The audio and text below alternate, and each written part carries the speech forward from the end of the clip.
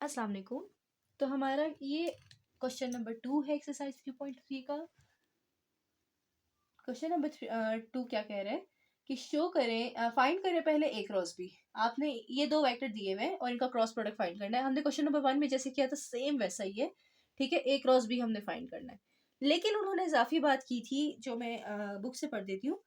For the following vectors find A cross B. हमने A cross B find करना है and prove that, prove क्या करना है कि A cross B is perpendicular to both A and B, कि ये जो ए क्रॉस बी की वैल्यू आई है ये है परपेंडिकुलर टू बोथ।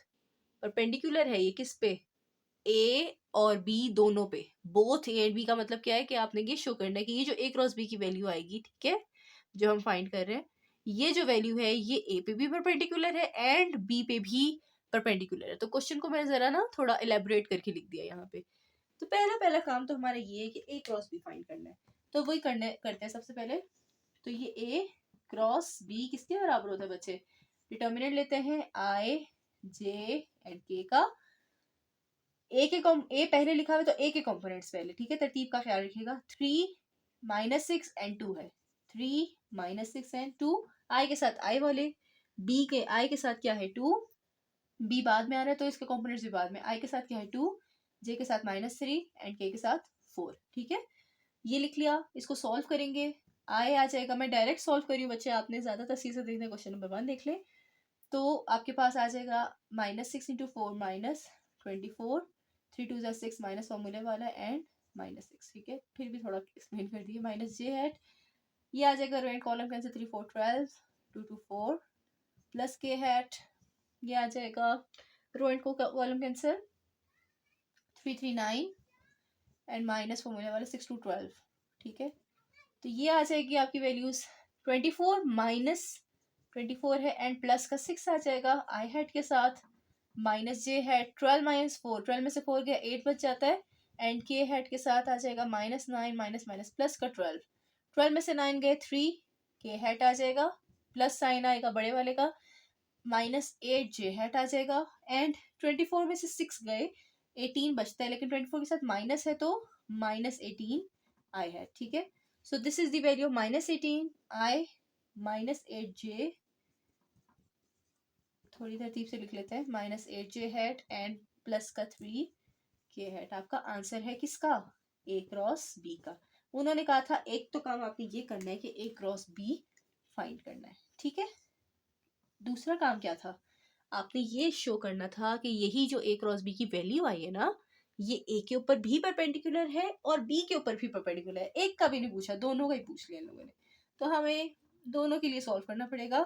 हमने टू प्रूफ क्या करना है बच्चे कि ए क्रॉस बी परपेंडिकुलर है ए पे, और फिर हमने क्या प्रूफ करना है कि ए क्रॉस बी, यही वाली जो वैल्यू है ना बच्चे, इसको ब्रैकेट्स में भी लिख सकते हैं आप, ये जो वैल्यू आई है, ठीक है, ये परपेंडिकुलर है बी वेक्टर के ऊपर भी।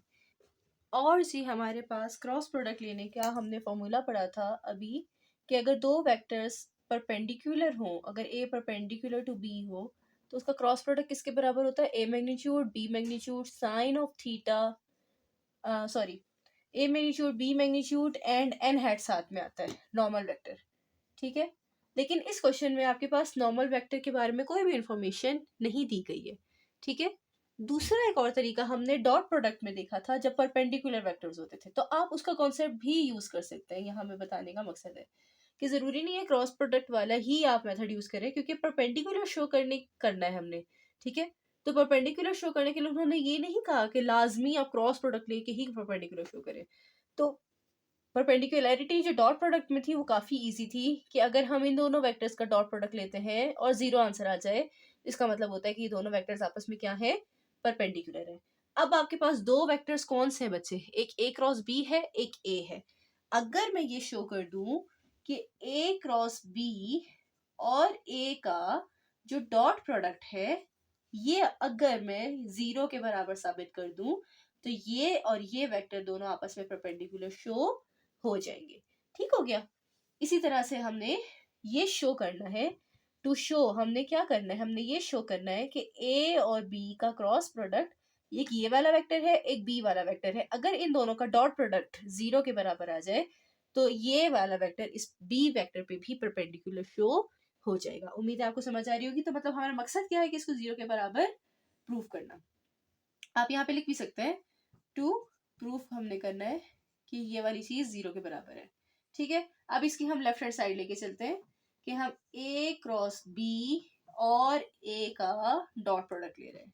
ए क्रॉस बी का वेक्टर लिख लेंगे, -18i, क्या आया था आंसर, -18i -8j प्लस का 3k, और डॉट प्रोडक्ट ले रहे हैं हम किसके साथ, ए के साथ। ए क्या है बच्चे, 3i -6j प्लस 2k।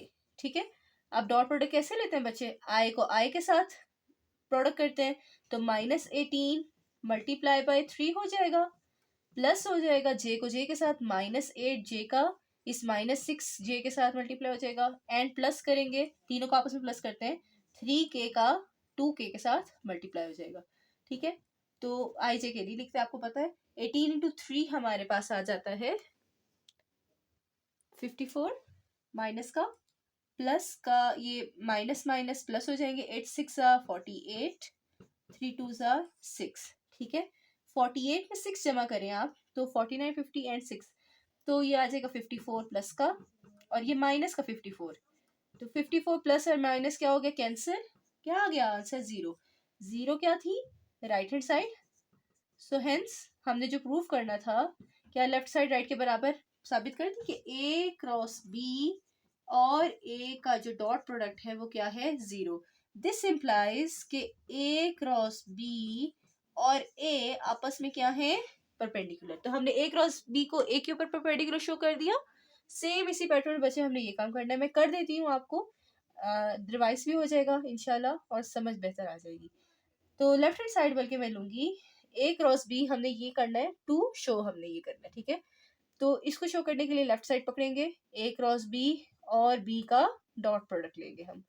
तो ए क्रॉस बी की वैल्यू लिख लें, -18i -8j, ठीक है ये जे है, और प्लस 3 का k हैट, डॉट प्रोडक्ट हो रहा है इसका, b क्या है, 2i -3j प्लस का 4k।